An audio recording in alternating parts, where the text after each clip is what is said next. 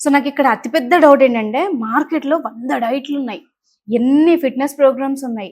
ఇలా ఉంటే అందంగా ఉండాలి. ఈ ఈ ఇలా తగ్గాలి. ఈ డైట్‌తో తగ్గాలి. ఈ కోర్స్ చేయండి. అట్ ద సేమ్ టైమ్ మనకు ఆల్రెడీ జబ్బులు. అంటే టీనేజ్‌లోనే పీసీఓడీ స్టార్ట్ అయిపోతున్నాయి.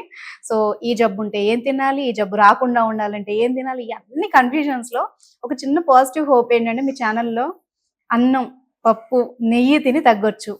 అంటే టెస్టిమోనియల్ చూసా. అది కొంచెం నాకు విచిత్రంగా అనిపించింది. నిజంగా పాసిబుల్ అవుతదా? సాటి లేమన్ నాలెడ్జ్‌తో అడుగుతున్నా నేను.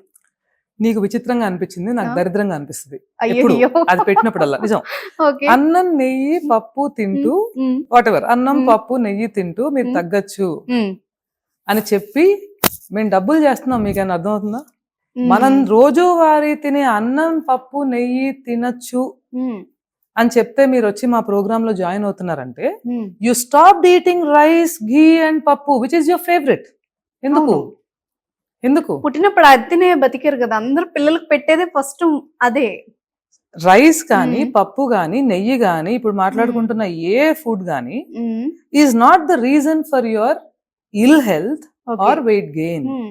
The major reason is how you understand this food, hmm. మీ లైఫ్ స్టైల్, హ్మ్. మీ ఎవ్రీడే మొబిలిటీ. హ్మ్. ఇవి సరిగ్గా ఉండట్లా. లైఫ్ స్టైల్‌లో ఇప్పుడు మనము అమ్మ దగ్గర ఉన్నప్పుడు ఏ టైంకి పడుకునేవాళ్ళం? ఇప్పుడు ఏ టైంకి తొందరగా పడుకుంటున్నాం? పడుకుంటే.